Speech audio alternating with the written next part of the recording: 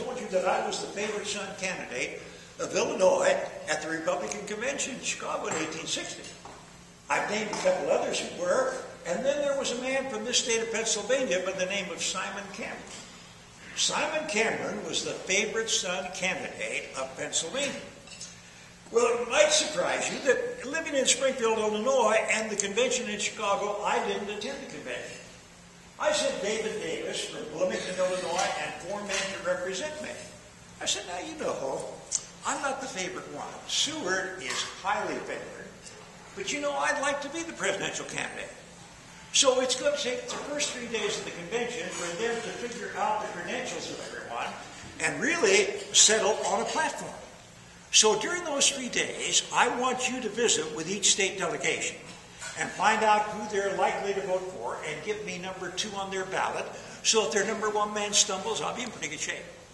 But don't you go to Chicago and meet with any of those people and promise them anything, because then, if I would get it, I would owe so many different people so many things I couldn't function as president. So my man went to Chicago.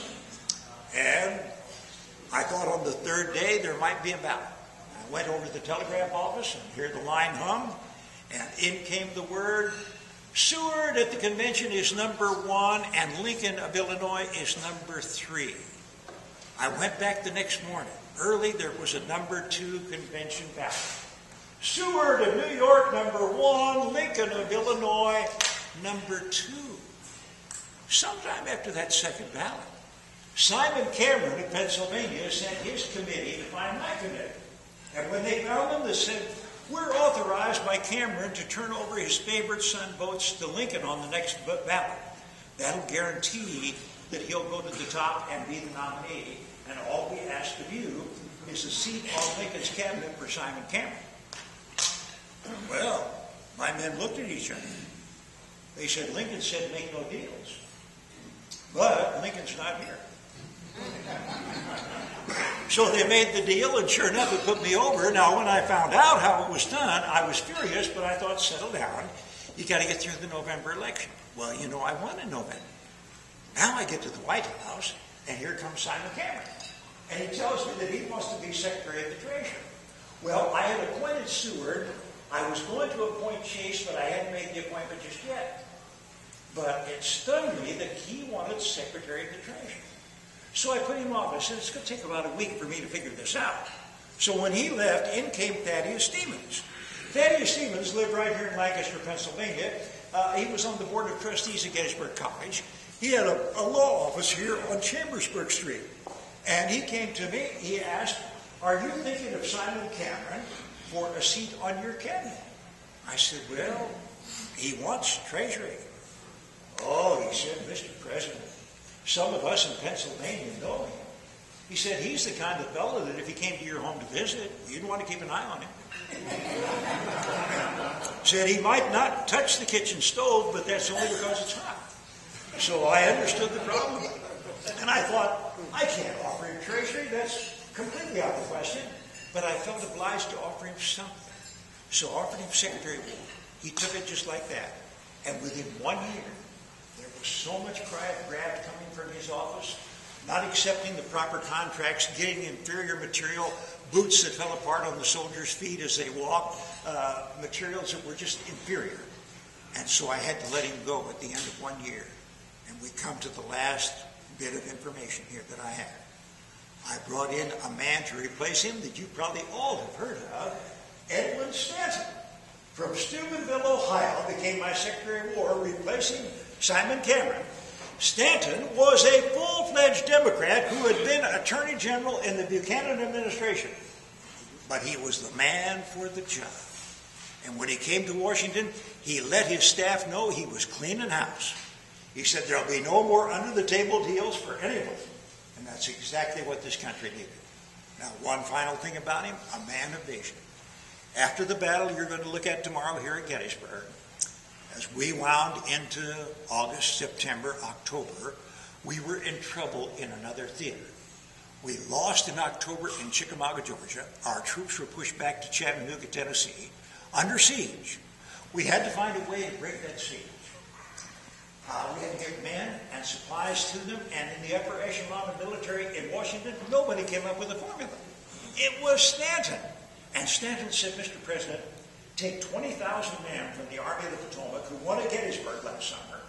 We'll work with the telegraph operators so there'll be no bottlenecks along the way, and we will move these 20,000 by rail out through Wheeling, down to Cincinnati. We can get them to Chattanooga in time to break that siege. I thought, no, that's just not really doable. But you know, he stayed with it, and within 24 hours, he had me convinced. See, as a leader, there were times that I knew that I could and I should be led, and I let Stanton lead me, and it worked out perfectly. Now, would I just be mum and go around Washington City letting people think that that was Lincoln's plan? Well, you know, I could have, but I didn't want to. I wanted Stanton to have the credit for that. You see, as you well know, in the government, we cannot give Christmas bonuses. Well, we certainly can give recognition, letters and words of appreciation.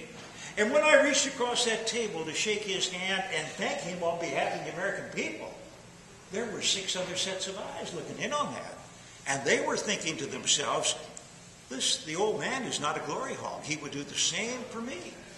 So I think, if anything, it increased their willingness to be participants and throw out more ideas. Now, this was how I ran my cabinet. There was no doubt in my mind that every time we went to that cabinet meeting, those others felt that the weakest man there was always in my chair. Each one of them felt they were more capable of running the country. But that's all right. That didn't bother me.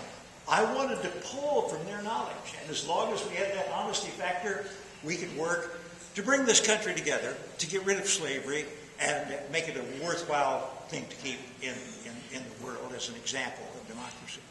So one of those days at the cabinet meeting, I'll leave you with this, things were going very, very well. A few smiles, a little chuckle now and then. And when it was over, we walked out into the hall, and there was one lone reporter there. He grabbed his pencil and his paper, and he came up to me and he asked, well, now, Mr. Lincoln, I count 7 members here today. Oh, yes, I said, we're all present today. But he said, I count 3 Republicans and 4 Democrats. I said, well, that's all right. I always get to vote, so we can have a tie. No, he said, I think that before you got here, those 3 Republicans that you have were all old opponents of yours within your own party. Aren't you fearful that those 3 Republicans and 4 Democrats will get together? They'll have a coup and they'll throw you out. I said, no, I don't lose any sleep over that. I said, if you think they don't think too highly of me, you should see how they hate each other. They're not going to hate each other. Thank you.